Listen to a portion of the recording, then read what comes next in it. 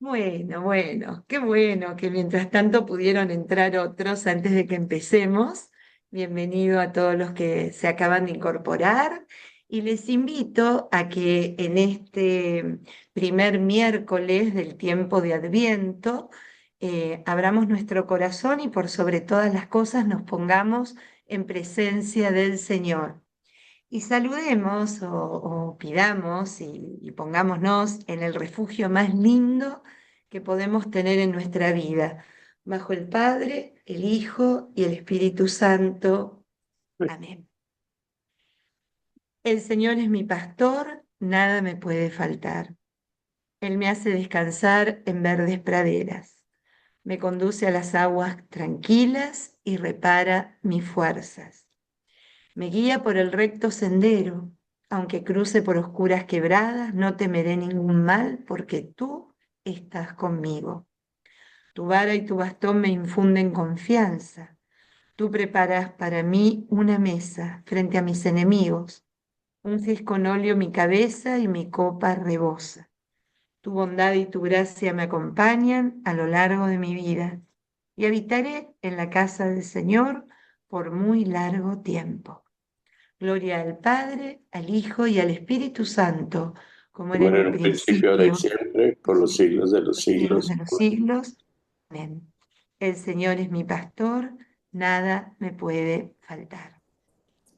Qué lindo, bueno, entramos el domingo de una manera solemne y bella a este regalo que nos hace la liturgia y que nos hace el tiempo, los tiempos de la iglesia, ¿no? El calendario que la iglesia nos regala.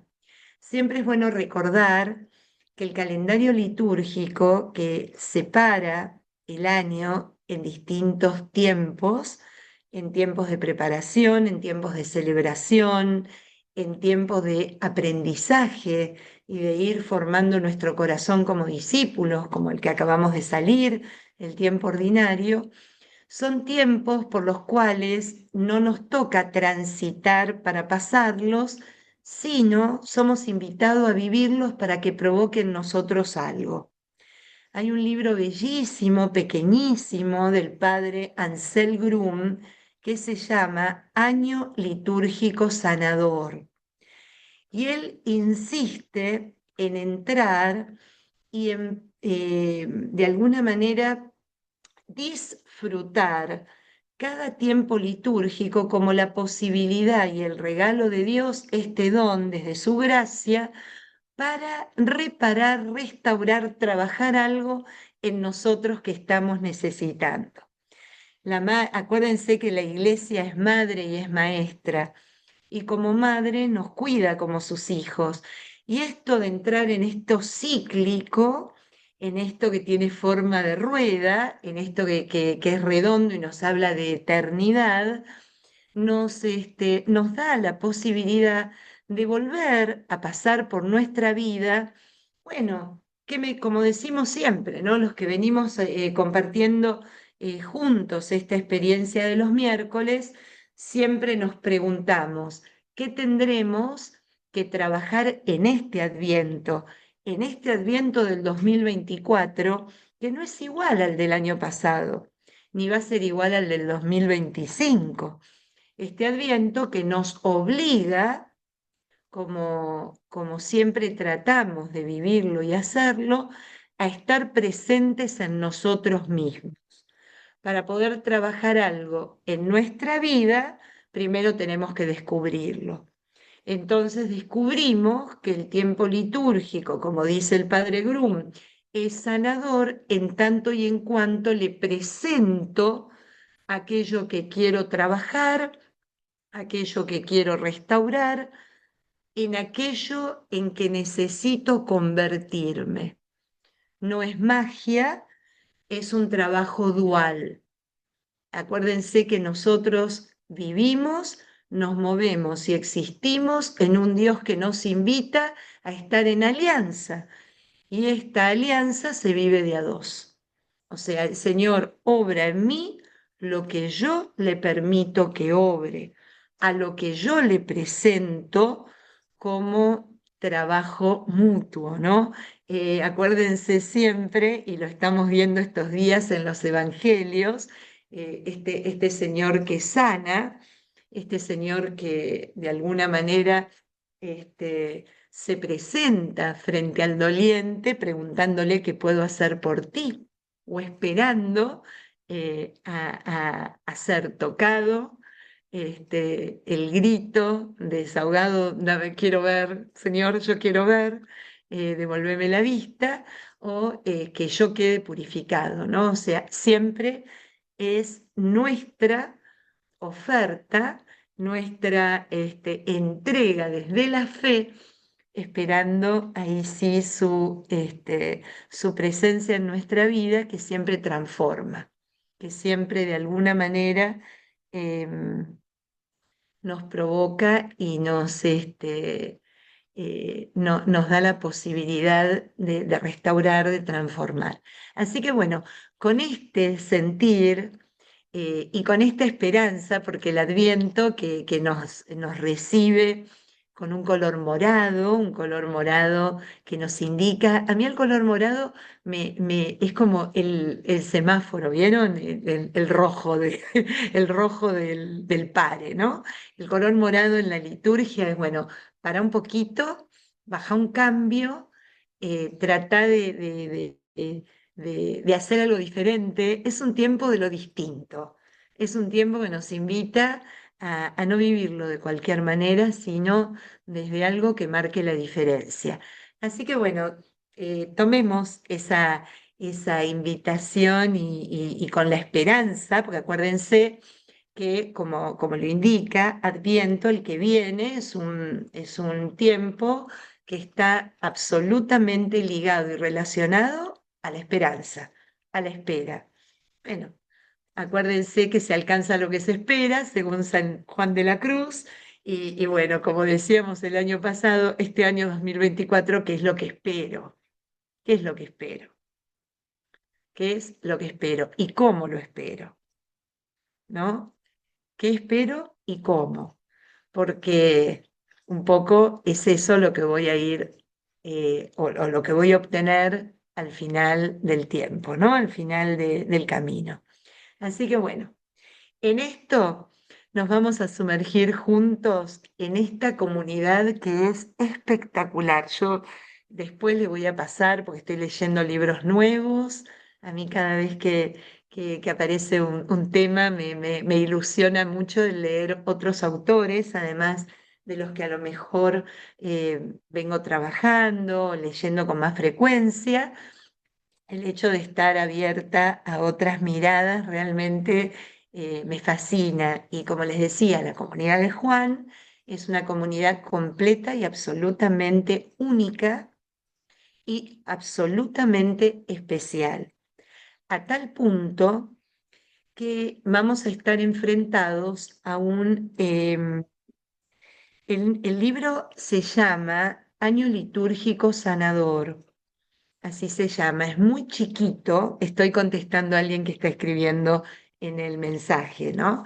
Es Año Litúrgico Sanador, no me acuerdo la editorial, me imagino que son varias las editoriales. Verbo eh, divino. el Verbo Divino, perfecto. Y el padre es como Anselmo, sin la O, y Grun, Grun, padre Grun, es benedictino, SDB, al final de su nombre.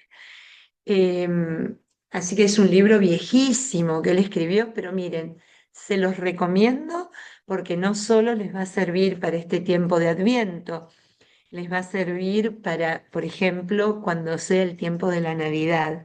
Cada momento del tiempo de Navidad, en relación a nuestra vida, hay propuestas que son de lo más interesantes y realmente para espiritualmente hablando muy eficaces. Así que lo recomiendo especialmente, bueno, ni quieran saber lo que es el triduo pascual, ¿no? Es una maravilla. Así que bueno, habiendo comentado esto, continuamos entonces con lo de la comunidad de Juan. Les decía que fíjense que con la comunidad juánica es el único caso que vamos a encontrar en el Nuevo Testamento, vamos a encontrar, esto que les voy a decir, paralelos en otros, pero es el único caso comunitario que tiene la característica de haber puesto por escrito una experiencia cristológica altísima, ya que la cristología va a ser lo que va a determinar la característica de la escritura de esta comunidad juánica. Y van a poner de una manera la cristología hablando, describiendo y haciéndonos saber quién es Jesús, pero a través de la experiencia comunitaria. ¿Qué significa? Que cuando nosotros vayamos leyendo el Evangelio según San Juan y las cartas, vamos a poder ir entendiendo cómo es y de qué se trata la comunidad de Juan. O sea, pero de una manera muy especial. Podemos pensar que a los sinópticos les pasó más o menos algo parecido, pero de la manera en cómo se expresa la comunidad de Juan, no. Porque incluso hacen y toman la persona de Cristo poniéndolo en un lugar determinado. Les voy a dar un ejemplo contra los judíos y los judíos contra él, ¿no? Esta discusión que vamos a encontrar especialmente en el Evangelio de Juan, en donde van a ver que, como dicen algunos autores, es un evangelio que durante mucho tiempo se lo vio y se lo tomó con pinzas porque era una aversión contra los judíos, hasta que se dieron cuenta que en realidad la aversión era contra las autoridades judías. Entonces, ponen a un Jesús como discutiendo en contraposición de estas autoridades, cuando en realidad, en el momento en que el Señor caminó sobre esta tierra, no existía tal oposición. Pero ¿qué es lo que nosotros vamos a poder ver? Lo que estaba viviendo la comunidad en el momento en que dio a luz el Evangelio según San Juan. Entonces, en la persona de Cristo y de alguna manera en este ir descubriendo cómo el Señor se manifestaba ante la adversidad, vamos a ir descubriendo cómo la comunidad se manifestaba, vivía y testimoniaba ante la adversidad. Porque en el año en que fue escrito el Evangelio, que es aproximadamente fines del siglo I, entre el 95 y el 100, en ese entonces ya la iglesia naciente y la sinagoga estaban completamente divididas. Ya se había producido, por ejemplo, la destrucción del Templo de Jerusalén en el año 70 y en el año 80 ya había comenzado la reunión de un nuevo judaísmo en la localidad de Yamnia, en donde uno de los puntos centrales era la diferenciación y la no aceptación de todo lo que había surgido, este movimiento mesiánico, como lo llamaban, que era el cristianismo. Entonces ahí ya se había producido completamente la ruptura. Acuérdense que tanto Marcos como Lucas, como Mateo, ¿a dónde lo ponían a Jesús? En la sinagoga los sábados, haciendo su explicación de lo que era la Torá, y cada vez que en una clarísima alusión que él continuaba con su vida espiritual como auténtico y verdadero judío, pero lo que vamos a ver en el Evangelio de Juan ya es una contraposición completamente concreta y bien visible, ¿no? Una enemistad. Ya no hay este señor que es escuchado, sino que hay al contrario, hay una enemistad tal que siempre se le trata de apresar, buscar alguna manera para poder sacarlo de juego y terminar con su vida, ¿no? Que de eso se va a ir tratando. Acuérdense que ya vamos a ir viendo lo que van a recordar ahora, seguramente al Señor. El Señor se fue, se escurrió porque no había llegado su hora. No pudieron apresarlo porque no había llegado su hora. Como no era su hora, dejaron que se fuera, ¿no? Vamos a encontrar eso constantemente, que ya vamos a ver de qué se trata a medida que vayamos leyendo el Evangelio. Entonces, esa es una de las características esenciales de esta comunidad. Parece ser que, mejor dicho, hay una certeza de que es una comunidad judía, una comunidad esencialmente de origen judío. De origen judío que tiene como dos tiempos, ¿no? Un primer tiempo que va surgiendo como el resto de las comunidades características, como la de Mateo, la de Lucas y la de Marcos, y otras que deben de haber surgido en paralelo, pero que a partir de un determinado momento tiene como la incursión de un grupo espiritualmente elevado que le hace entrar dentro de lo que es la meditación y la contemplación de esta cristología tan alta, como le llaman los estudiosos de ella, ¿no? Y prácticamente este grupo es el que va a terminar dominando y dándole la característica por todos los escritos que nosotros conocemos. Así que bueno, vamos a ir de a poquito, pero miren, yo preparé, déjenme ver si puedo, creo que sí, que vamos a poder revisar un poquito algunas características, déjenme ver, acá lo tengo abierto, sí, sí, muy bien, puedo. Déjenme ver, ¿ustedes lo ven?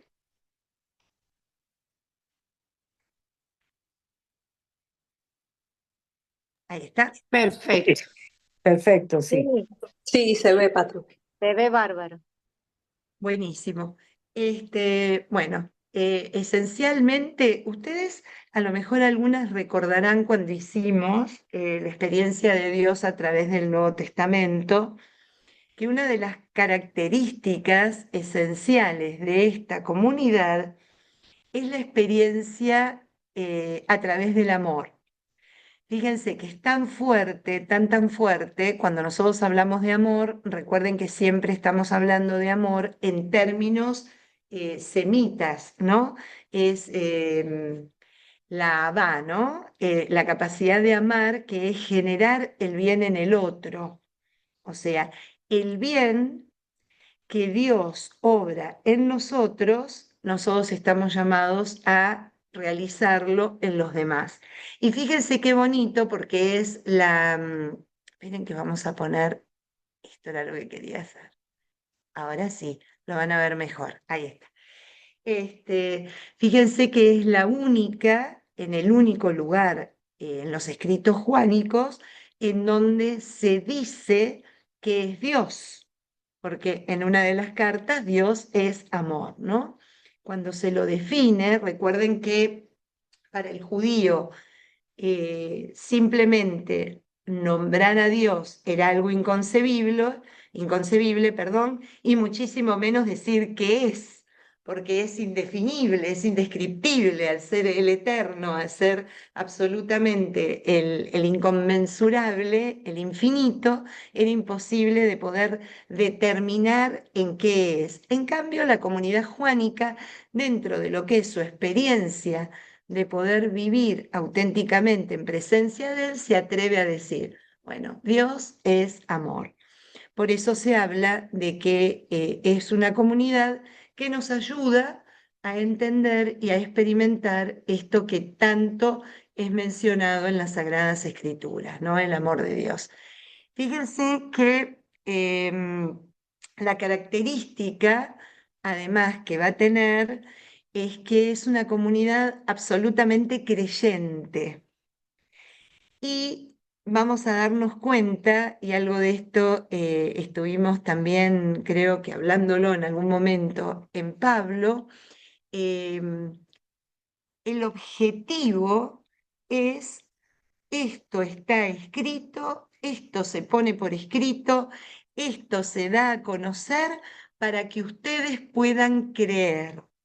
Y así como definimos el amor en términos semitas, también definamos la creencia en términos semitas. ¿Qué significa creer para un judío?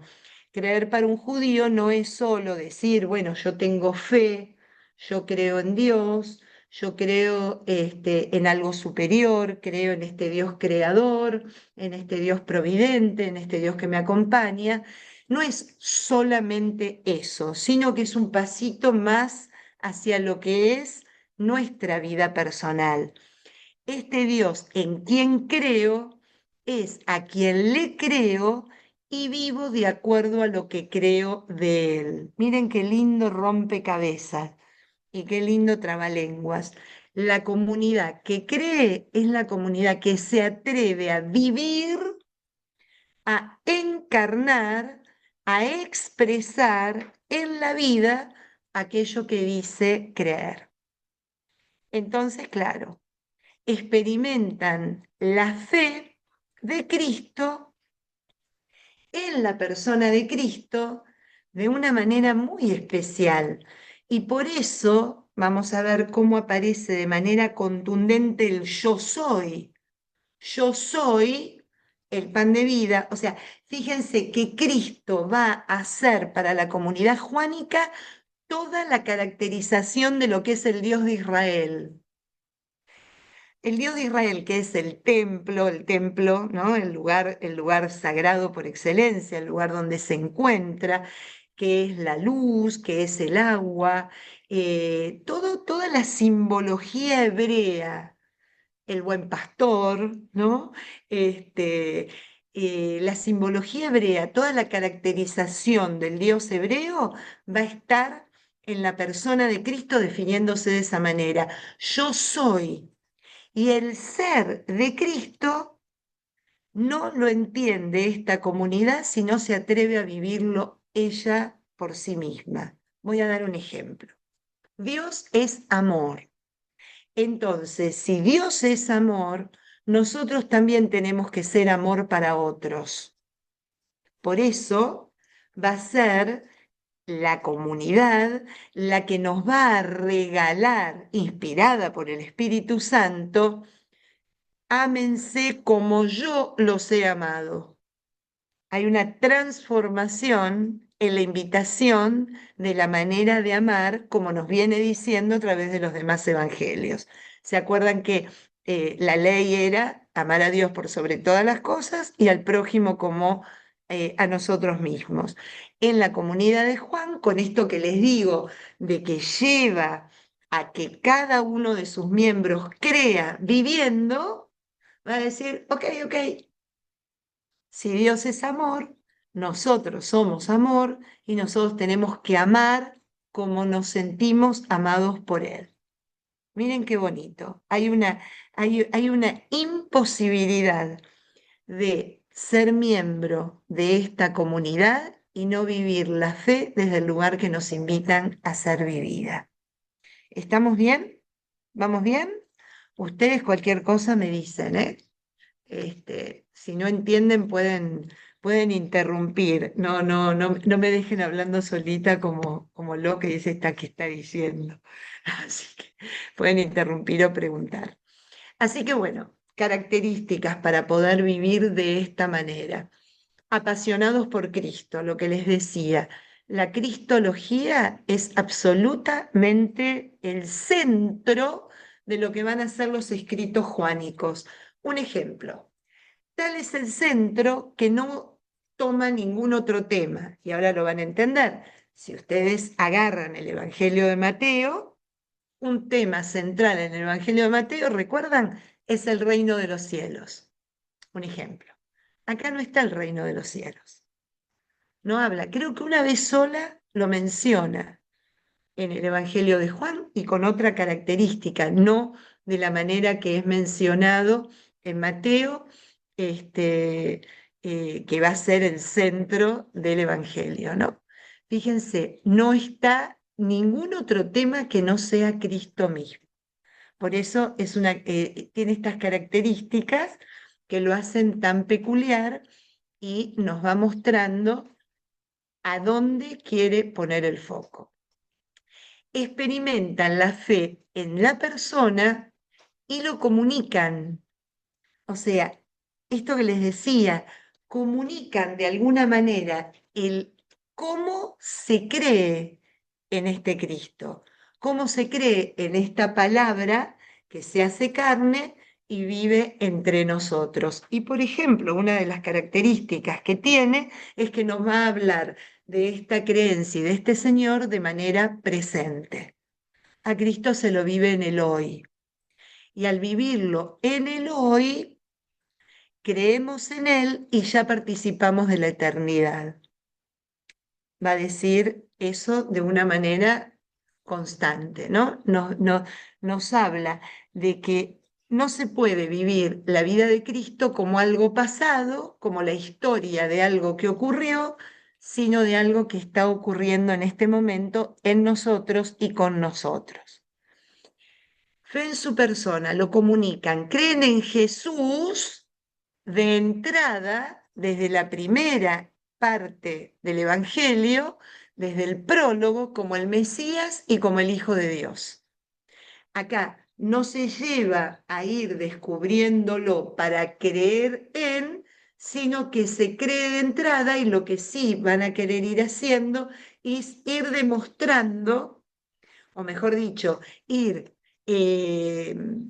ir mostrando, no demostrando los signos que determinan esta creencia, el Mesías y el Hijo de Dios. Aquel que viene a cumplir lo esperado por Israel. Y esa es la característica. Estamos ante una comunidad judía que tiene clarísima la profecía, que tiene clarísima la promesa de Dios hecha a su pueblo elegido. ¿Cómo lo experimentan?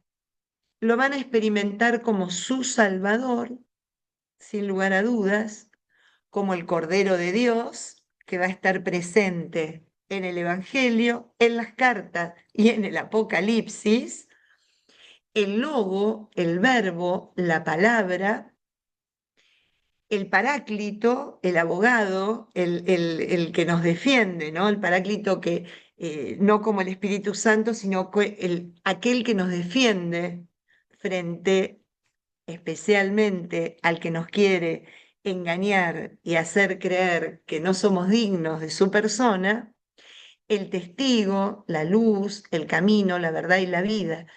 Si ustedes ven el libro del profeta Isaías, que en estos libros, en estos días lo estamos leyendo, es el texto que se elige para justamente el tiempo del Adviento, van a ver que las características del Mesías son un poco las que va a tomar justamente la comunidad juánica de los profetas de Israel, en especial de Isaías. Camino, verdad, vida, ¿no? Todas las expresiones que van a ir apareciendo a lo largo del Evangelio. Para ellos no hay lugar a duda que Jesús es el camino, que Jesús es la verdad y que Jesús es la vida. Y eso es lo que van a poner en el bellísimo Evangelio que nos van a regalar. Viven a Dios como Padre. Si hay un evangelio, y lo recordarán cuando hicimos el curso de Dios como Padre en las Sagradas Escrituras, si hay un evangelio que nos habla de la paternidad de Dios, es el evangelio de Juan, por ejemplo. Y Jesús es aquel que tiene como misión el revelarlo. Quien me ve a mí, ve al Padre, ¿no? Nos va a decir en el capítulo 14. Lo que les decía hace un ratito, es una comunidad que cree y porque cree, ama y tiene vida plena y lo ofrecen. Fíjense, cree en el amor de Dios y entiende que no les queda otra que testimoniar a través de ese amor lo que es Dios para ellos. Esto es algo que, además de entenderlo a nivel teórico, nos tiene que dejar pensando a nivel espiritual en nuestra vida. Estamos en el Adviento y fíjense que estamos esperando a esta palabra que ya se hizo carne en el seno de María y que está a punto de nacer, ¿no? Y que está a punto de poner la tienda entre nosotros, a nivel de conmemoración histórica estoy hablando, ¿no? Entonces, ¿cómo nos podemos preparar bien? Por ejemplo, con esto, ¿no? Si el Señor es amor, y si yo digo, como repetimos todos los domingos en el credo, que creo en Dios Padre, que creo en Jesucristo, su único Hijo, nuestro Señor, que es amor, a lo mejor lo que puedo trabajar en este Adviento es de qué manera yo manifiesto que creo en Él, examinando en la manera en que amo, cómo amo, y recordando que a lo que me quiere llevar el Evangelio de Juan es a que pula el concepto de amor, que es generar el bien en el medio donde me encuentro. Entonces, como amo, genero el bien, trato siempre de ser un signo de buscar el bien común en mi comunidad, en mi familia, en la sociedad donde me desarrollo, en donde estoy. Soy un testimonio de eso, porque a eso es a donde nos quiere llevar justamente el Evangelio y esta espiritualidad juánica. Entonces usémoslo también para el Adviento, ¿no? Creo que vale la pena. Em, el don del Espíritu Santo también va a ser un tema fundamental, en donde vamos a ver que en la última parte del Evangelio de Juan, cuando pone Jesús, es necesario que yo me vaya para que el Espíritu venga, les complete lo que tienen que saber, les explique lo que yo les acabo de enseñar, un poco también lo que nos muestra, dicen los estudiosos de la comunidad juánica, en que ellos son auténticos interpretadores de la palabra de Cristo. O sea, al poner esta presencia del Espíritu Santo, nos muestra que también ellos nos regalan la interpretación de aquello que aprendieron y aquello que también enseñaban sobre la persona y la presencia de Cristo en medio de ellos, ¿no? Bien, son testigos y misioneros en la dificultad. ¿Qué quiero decir?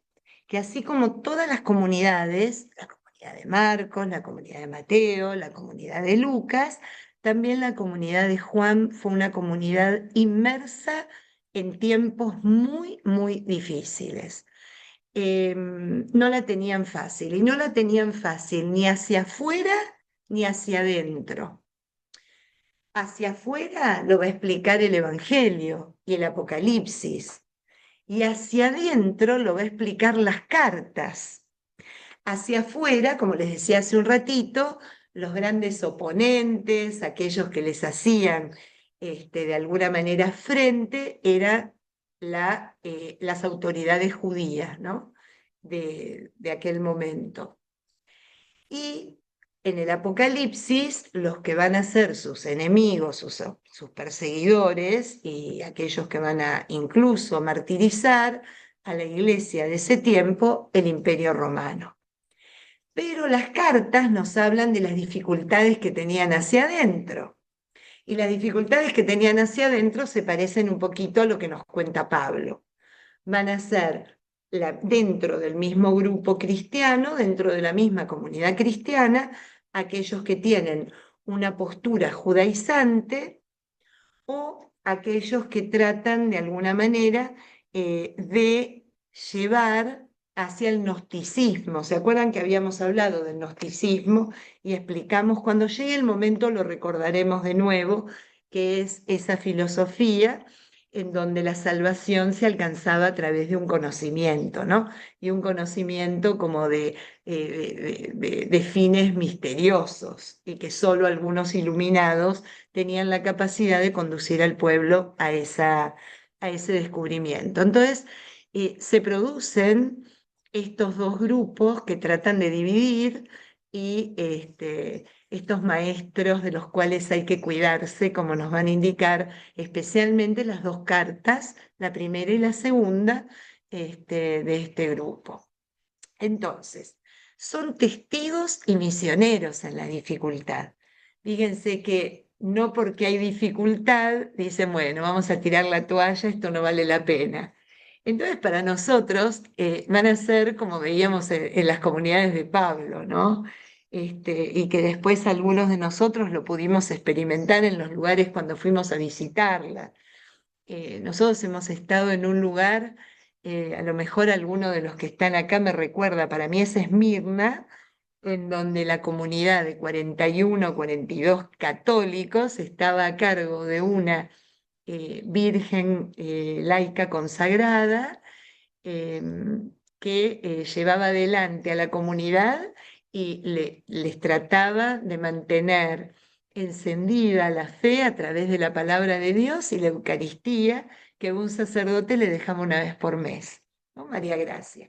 Entonces veíamos esa pequeña comunidad cristiana en medio de una comunidad musulmana, como es en Turquía, ¿no? Y de una comunidad musulmana bastante activa, cómo mantenían viva la fe en qué, en medio de la dificultad. Pero sin embargo, la alegría de María Gracia, cuando la tuvimos delante y de alguna manera cuando escuchábamos su testimonio, nos llevaba a entender la alegría de esos testigos y misioneros en ese tiempo de la iglesia o de otros que la están viviendo hoy día en un medio poco amable. Estoy pensando en nuestros amigos de Belén, que también están sufriendo bastante persecución, especialmente este año, ¿no? Sé de lugares donde estaban preparando para la Navidad, fueron y le rompieron todo. Entonces, pero ¿cómo la iglesia, que la sostiene el Espíritu Santo, la acompaña a Cristo resucitado en su persona, especialmente en los sacramentos, y la presencia amorosa de la Madre, mantiene intacta la fe, el fervor, la pasión por lo que se cree y lo que es para uno la forma de vida, ¿no? Bueno, ellos de alguna forma tuvieron este derrotero, no vivieron en un tiempo para nada fácil, ¿no? Pero ¿qué es lo que los mantiene como testigos y misioneros? Con estas características que también nosotros tenemos que revisar en nuestra vida cotidiana. Ellos se saben, se reconoce cada uno como enviados por Cristo. Eso es fundamental. Nosotros como bautizados formamos parte de la familia de la iglesia, pero también entramos a formar parte de este grupo. El Señor nos regala la esencia de lo que somos cristianos, nos regala la misión, somos llamados a través de una vocación que cada uno tiene a ser enviados por Él en el lugar donde estamos. A veces claudicamos porque pensamos que vamos por nuestras propias ideas, que somos nosotros los que estamos de alguna manera representándonos a nosotros mismos. Tenemos que revisar esto, ¿no? Nuestra vida apostólica, nuestra vida de testigos, nuestra vida de misioneros, radica y tiene su fuerza en que es el Señor que nos envía. Cuando nos alejamos de esto es que empezamos a claudicar. Nos pasa lo de Pedro, comenzamos a hundirnos en un mar embravecido, ¿no?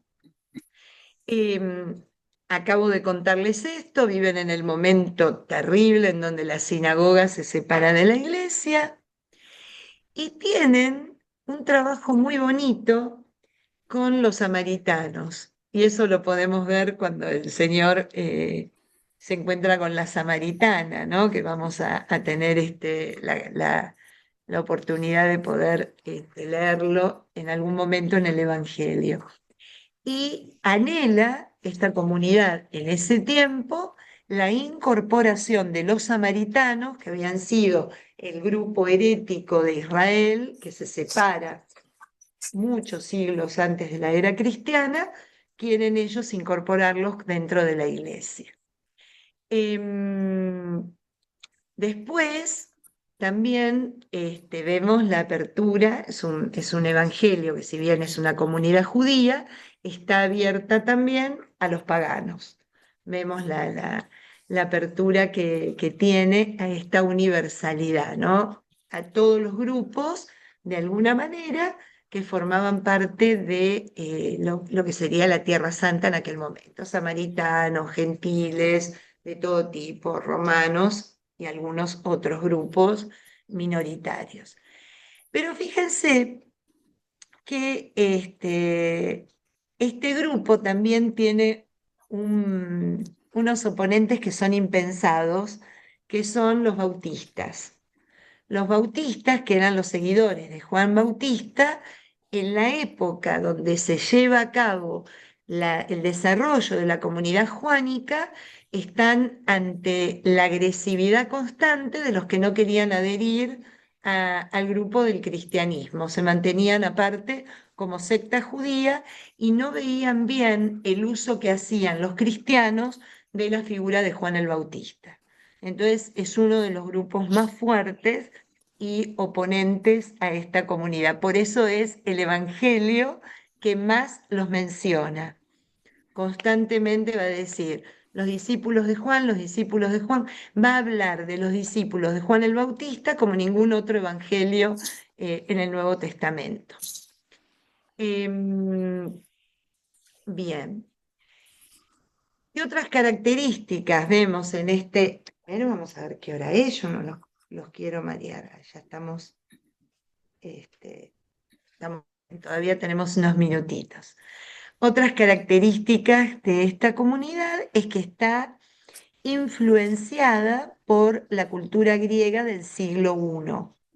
Se la nota una comunidad culturalmente alta, o sea, conocedora especialmente de la filosofía griega de ese momento, la filosofía del siglo I, ¿no? Tiene características neoplatónicas, características de lo que es, ¿cómo es que se llama? Ay Dios, se me fueron los nombres, estoicos, epicúreos, todos los que fueron desarrollándose en ese tiempo. Se le nota una presencia y un rasgo de influencia. También tiene enfoques dualistas de tipo oriental, que eso le viene de los persas. Fíjense que vamos a encontrarnos en toda la literatura juánica con lo dual, cuerpo y alma, día y noche, eh, lo espiritual y lo corporal, el bien y el mal. Vamos a ver la luz y la tiniebla. Vamos a ver que se da, y eso es una influencia también oriental que recibe esta comunidad. El testimonio de ellos entonces va a ser defender y vivir la fe en Cristo en este medio. Y lo van a hacer dando un testimonio constante y permanente de cómo es el amor fraterno. Incluso nos podemos dar cuenta un amor que se ejerce con aquellos que no son parte del grupo esencial, del grupo central, ¿no? Van a tratar de ganar a todos estos grupos que quieren ir incorporando a través del amor, a través de, de gestos poco comunes en los tiempos en que ellos justamente les tocó vivir y les tocó desarrollar. Ya esto lo comenté, la persecución de Roma y la destrucción. Patri, Sí, sí, María disculpa. Fernanda, ¿cómo estás? Hola, buenas tardes, buenos días para ti. Buen Te quería día. preguntar, cuando mencionaste que esta comunidad, si podías decir un poquito más sobre la universalidad o estaban abiertos a otros grupos, por ejemplo, los paganos, ¿cómo vivían esa universalidad? Bueno, primero que es una comunidad que retoma ese anhelo de universalidad que estaba ya, por ejemplo, en el profeta Isaías. el judaísmo, si bien no es proselitista, en los tiempos del profeta Isaías se habla de que la creencia del Dios de Israel debe de llegar hasta los confines de la tierra para que otros pueblos que no son el judío puedan abrazar la creencia en este Dios. O sea, incluso toda la profecía isaíana de los tres Isaías, del Isaías original, del Isaías 2 y del Isaías 3, viene marcada por el hecho de que Israel es elegido para ser testigo de ese Dios que lo amó, que lo eligió y que lo acompaña, que lo salva, que lo redime, que lo libera, para que otros también puedan adherirse a él. O sea, debe ser como la luz ante las naciones, ¿no? Lo va a mencionar de esa manera. Entonces, esta comunidad veía que retomando esta llamada del universalismo de Isaías, veían que este Mesías que Israel estaba esperando no es solo para Israel, sino que es un Mesías que está llamado un poquito, si vos recordás la lectura del lunes, creo que fue, de Isaías, en donde decía, y vendrán de oriente y occidente a dar culto a Dios a esta montaña, ¿no? Hablando de la montaña de Jerusalén. Bueno, un poco como que este Señor, que es el cumplimiento de la promesa de Dios al pueblo elegido, bueno, no es solo para el pueblo elegido, sino que es para todos aquellos que estén abiertos a recibirlo. Entonces, para completar tu idea, el cómo era a través de una apertura amorosa, invitarlos a que vivan una vida ya creyendo en Cristo. ¿Eso qué significa? Una vida convertida, que se atrevieran de alguna manera, un poco lo que hacía Pablo. Acuérdense cuando veíamos a San Pablo. A San Pablo le tocaba lidiar con prácticas milenarias que llevaban adelante los griegos, los romanos, y él les mostraba cómo esas prácticas eran incongruentes con la fe que acababan de abrazar, ¿no? Entonces los exhortaba a vivir, digamos, la fe en Jesucristo. Bueno, acá pasaba lo mismo. Todos son invitados a abrazar a Cristo y a convertir su vida en lo que Cristo le llama a vivir, esencialmente imitándolo a Él en su persona, ¿no? Entonces, esa es la universalidad, que no quede circunscripto únicamente al grupo judío. ¿Cómo lo muestra la comunidad juánica esto? En el capítulo 4 y el capítulo 3 y 4. 3 cuando se encuentra con Nicodemo. En el 4 cuando se encuentra con la samaritana y termina el encuentro con la samaritana encontrándose con el funcionario real a quien le pide que sane a su hijo. Entonces ahí tenés los tres grupos que la comunidad... Y fíjate qué cosa más linda, porque cuando lees los tres encuentros son desde el amor, son desde un encuentro amoroso en donde el Señor dice, Dios envía a su Hijo único para salvar al mundo, ¿no? Con Nicodemo. A Nicodemo lo invita a nacer de nuevo, a nacer de lo alto. A la samaritana la lleva al pozo profundo de su corazón para que se dé cuenta que ella tiene que abrirse a la presencia de Dios. Y al hombre que sale al encuentro diciéndole, no, no, no, anda a curar, le dice, a ver, a través de la palabra, no te preocupes, tu hijo está sano. Y fíjate cómo a los tres de alguna manera le obra y le transforma y a los tres los llama a la fe de una manera diferente, ¿no? Eso es lo que tiene, pero son los grandes capítulos del universalismo en Juan. Después hay otro capítulo más, el capítulo 12, cuando Andrés y Felipe salen corriendo diciendo los griegos te quieren ver, los griegos te quieren conocer. También Jesús estaba para los griegos, ¿no? O sea, para un mundo que no tiene nada que ver con la circunscripción judía, digamos. Patricia, Es un- Muchísimas gracias, sí, Patri. Es fascinante, es increíble, porque vivimos en un mundo tan complejo que el Evangelio nos invita y nos llama a ser testigos aún en el mundo que vivimos y no solamente en nuestra comunidad cristiana, ¿no? Entonces me parece sumamente enriquecedor toda tu explicación. Gracias. no, de nada, Patricia. María Fernanda. Y ya te dejo enseguida, Marta. Mm. Fíjate que por eso les decía que cómo nos invita, aprovechando el Adviento, a un poco preguntarnos, porque también ellos tuvieron la adversidad, tampoco les fue fácil. Te digo más, en ese momento era martirio de sangre, o sea, no el martirio del testimonio, ¿no?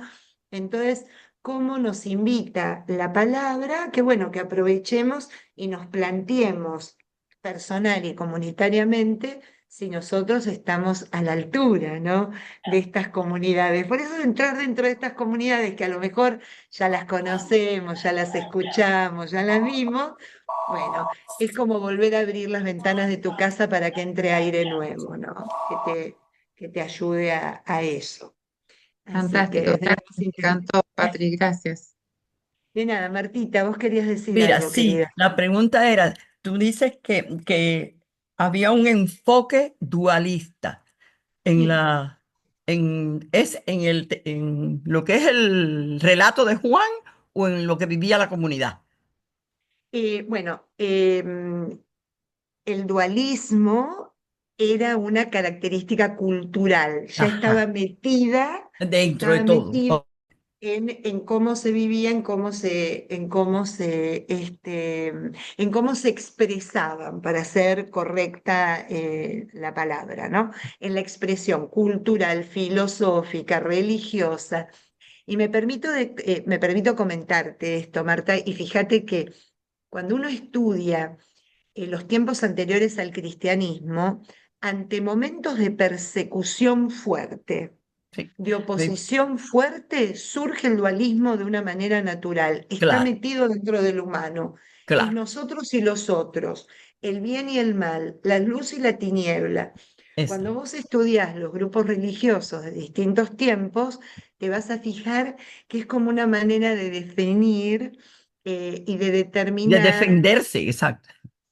el bien y el mal, porque a ver, hay algo que está mal, entonces frente a lo que está mal se opone lo que está bien, ¿no? O sea, y nos damos cuenta que el mal surge porque hay una ausencia del bien. No sé si soy clara en eso. Sí, sí, El mal claro, se claro, lleva, se desarrolla porque falta el bien. O sea, porque el mal no tiene poder sobre sí mismo. El bien, cuando empieza a existir, a prevalecer y a darse a conocer y a vivirse y a testimoniarse, naturalmente hace que el mal desaparezca, porque el mal es la ausencia del bien, como la claro, oscuridad es la ausencia de la luz, ¿no? exacto. O sea, se puede, entonces el dualismo surge de una manera. ¿Cuál es la diferencia del dualismo en la comunidad de Juan o Ajá, cómo lo va a manejar Juan? ajá. La comunidad de Juan nunca, ¿se acuerdan que eso se los mencioné una vez en la carta, en algunas cartas de Pablo? La comunidad de Juan, como Pablo, nunca van a decir que el bien y el mal tienen la misma fuerza o son fuerzas antagónicas iguales. El bien es Dios. Claro, Por eso, tiene más poder que nada. absolutamente. Entonces, en la comunidad, esta dualista es dualista entre comillas, es dualista en la expresión, pero no en la creencia, porque el judaísmo nunca va a decir el bien y el mal son iguales. El bien siempre está por encima del mal y lo aplasta. Por eso, el mal es la ausencia del bien. Cuando está, o sea, es lo que, en una palabra podemos decir, y creo que es una verdad universal, en las cosas malas, nosotros como personas de fe, por supuesto, ¿no?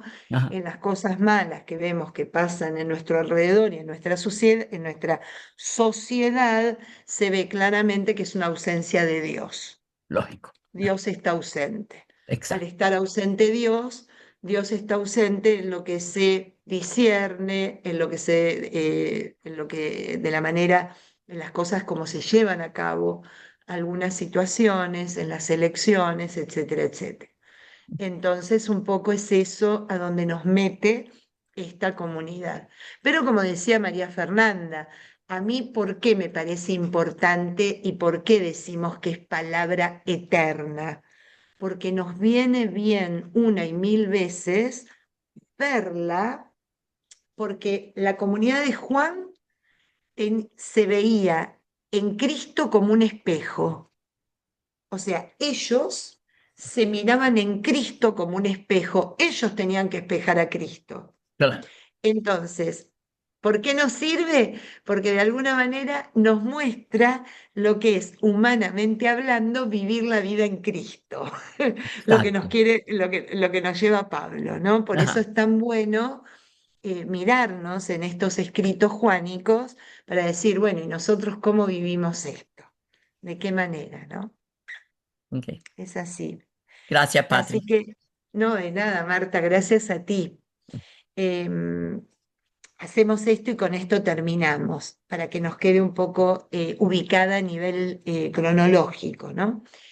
En realidad no se sabe bien cuándo emigró esta comunidad, que obviamente su fundamento era Juan el evangelista, Juan el apóstol, ¿no? Eso, vieron que cada apóstol tenía su comunidad de referencia. La mayoría de los apóstoles crearon comunidades propias que surgieron por su persona alrededor del mismo, ¿no? No se sabe bien cuándo emigró, pero hay una certeza de que cuando salieron de Jerusalén por la persecución, fueron hacia Éfeso. Hay una creencia muy fuerte en lo que cuentan los padres de la iglesia y los historiadores que se basan en ello, ¿no? O sea que es después del año 60, 70, algunos dicen que definitivamente puede llegar a ser em, entre el 70 y el 80, ¿no? Lo que ponen algunos textos que yo les estoy leyendo.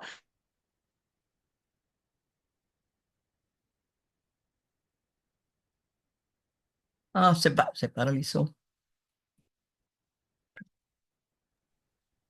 Le voy a mandar un mensajito. Cronológico. Ah, Te perdimos, Patti. Como un ah, minuto más o perdón, menos. yo no me di cuenta, no sabés desde cuándo, No, se no. fue menos. Como menos de un minutico. Menos de un minuto, sí. Creo que dijiste algo en los 60 y 70. Ah, ok.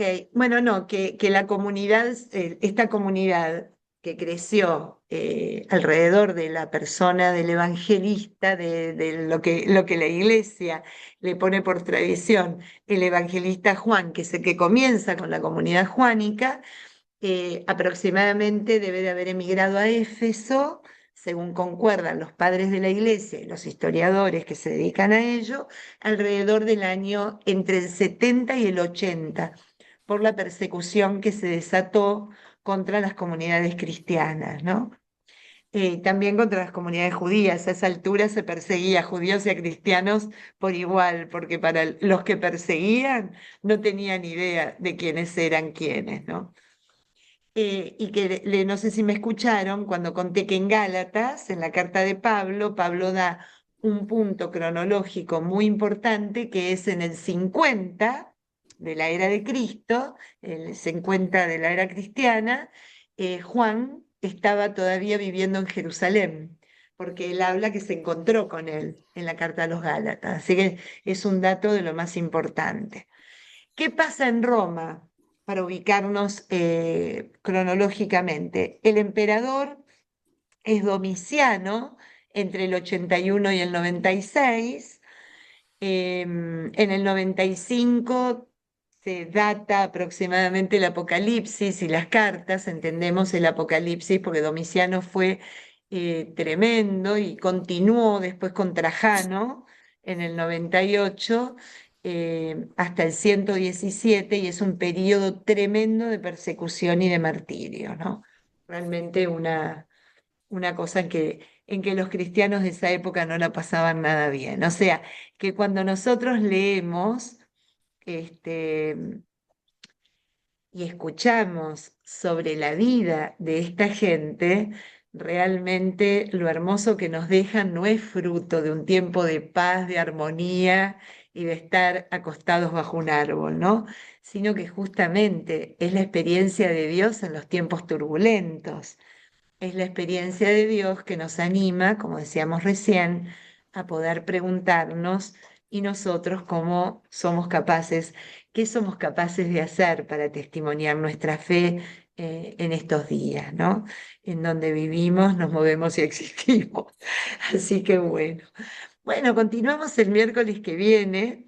Este, creo que ya vamos a empezar con algunas, con la introducción ya del Evangelio de Juan, porque bueno, es la característica más que nada de la parte literaria, la parte de la influencia, la filosofía y todo lo que... Ahí vamos a poder ver bien en detalle lo que fue influenciando a nivel cultural a esta comunidad. Cualquier cosita me escriben, me dejan saber si les queda alguna duda y esto se los paso para que lo tengan, lo que vi hoy, por si a alguno le interesa. ¿Qué leemos? Bueno, les paso esto si quieren, porque leer, la verdad que les puedo pasar algunos libros. Yo estaba leyendo un libro que no es nuevo, pero es espectacular, del padre Tuní Oriol, El sobre la Evangelio, comunidad. el Evangelio es Jesús. Bueno, él tiene 13. muchos, él tiene un montón de libros escritos y tiene uno sobre la comunidad juánica, que es espectacular. Si ustedes quieren, yo lo tengo online, eso, se los puedo compartir para que todos lo puedan leer sin ningún problema.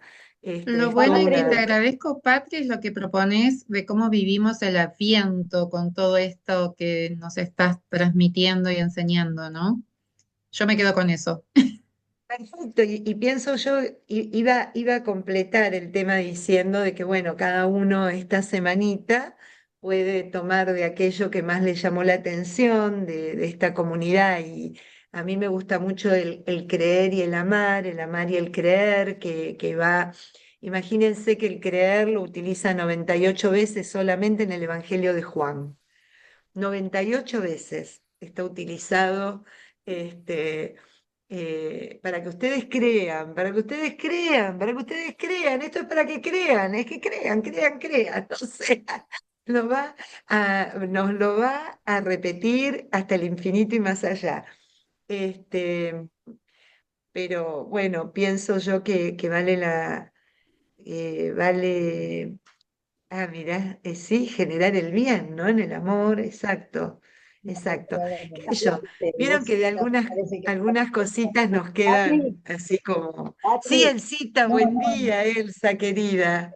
Patri, qué alegría de poder. ¿Sabes qué? Te quiero hacer una pregunta, porque una vez escuché o leí que el prólogo del Evangelio de Juan no lo había escrito Juan. Bueno, ¿Es no así? escribió nada, Juan, nada lo escribió. ¿Sabés qué, Elsa? Te voy a dejar, a vos te dejo con esta intriga y esta duda. La semana que viene vamos a darnos cuenta que el Evangelio según San Juan no tiene nada que ver con Juan, al menos con el Juan que pensamos. Parece que era otro Ah, Juan. Pero acuérdense de la pseudonimia que hay en la Biblia. Acuérdense que de las cartas de Pablo hemos visto 6 que no las escribió Pablo. ¿no? Sí. No por eso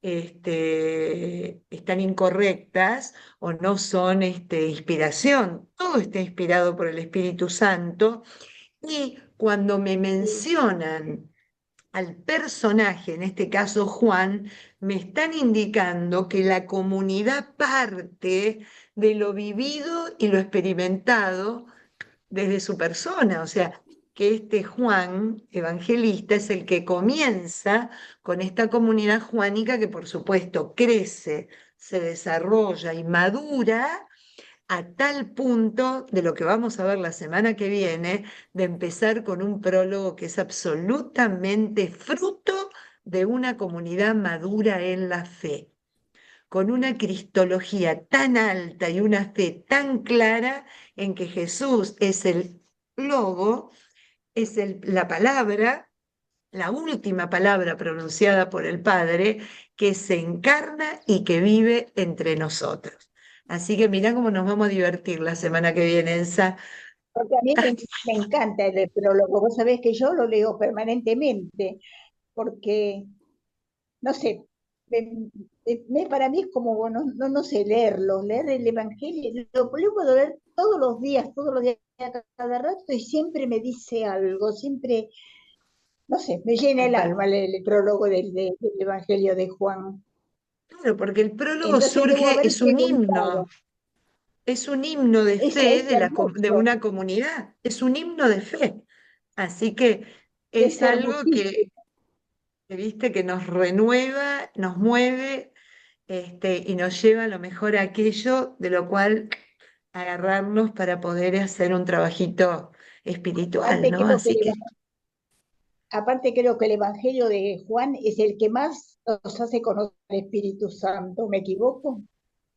sí, es el que nos lleva. También el de Lucas, ¿no? El de Lucas también, Hechos de Sí, los Apóstoles. pero me parece que el Evangelio de Juan, no Sí, sé, claro, es hermoso. al final habla de eso, así que así es. Pero qué bueno, Gracias, Patricia. qué lindo verlas a todos. ¿Saben? Gracias, ¿Ven? Patricia. Así Un nos beso extrañamos grande. un poquito menos. Muy bien, un beso grande. Gracias. Un beso grande. ¿Cuándo me vas a ver? ¿Y Te cuándo me debo el vas a venir a cafecito. visitar? Yo te prometo que ¿Cuándo en me vas a cuanto me establezca te voy a visitar. Me voy a tomar un cafecito a tu casa. Ya te lo tengo prometido, Bueno, Elcita. bueno, gracias, Patricia. Un beso grande. Un beso enorme. Un beso grande, grande. Se me cuidan mucho y nos vemos si Dios quiere el miércoles. Adiós, Bendiciones. adiós. Gracias, Patricia, Muchas gracias. Ay, Gracias, muchas Lucela, linda. bendiciones. Yo te Un quiero beso. Es mucho, Patricia. te, te quiero mucho. Y yo a vos también y me da alegría ver que estás acá. Gracias, Ruth. Hasta Qué, luego, qué Gracias, Pati, qué Patricia, lindo. un lindo. beso. Gracias, Pati. Esta vez no nos Un vemos el beso, miércoles. Eleazar. Esta vez no nos vemos en la noche. Sí, no nos vemos a la noche, pero ahí tenés tema para esta noche. Un Sí, beso. es así, eso es lo que voy a hablar hoy. Gracias. Saludos a todos los Chao. peregrinos. Saludos a los peregrinos, que hay un montón acá. Ok, Un beso, bye, chao, Anita. Un beso bye. a Santi. Chao,